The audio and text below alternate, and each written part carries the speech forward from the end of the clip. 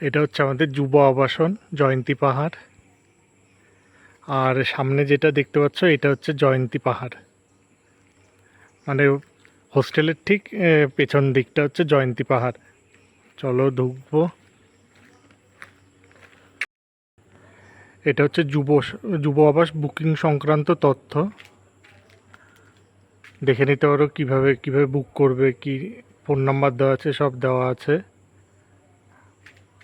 আর এটা হচ্ছে যুব আবাসের নিয়মাবলী, কি কি নিয়ম আছে তোমরা দেখে নিতে পারবে। যারা গাড়ি নিয়ে আসবে দেখো পুরো পার্কিংয়ের জায়গা আছে, গাড়িও রাখতে পারবে। দেখো আমাদের যুব আবাস পশ্চিমবঙ্গ সরকারের।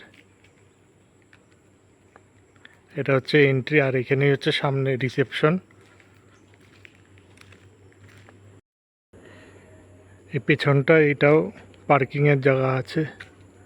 আর দেখো এটা হচ্ছে জয়ন্তী পাহাড়।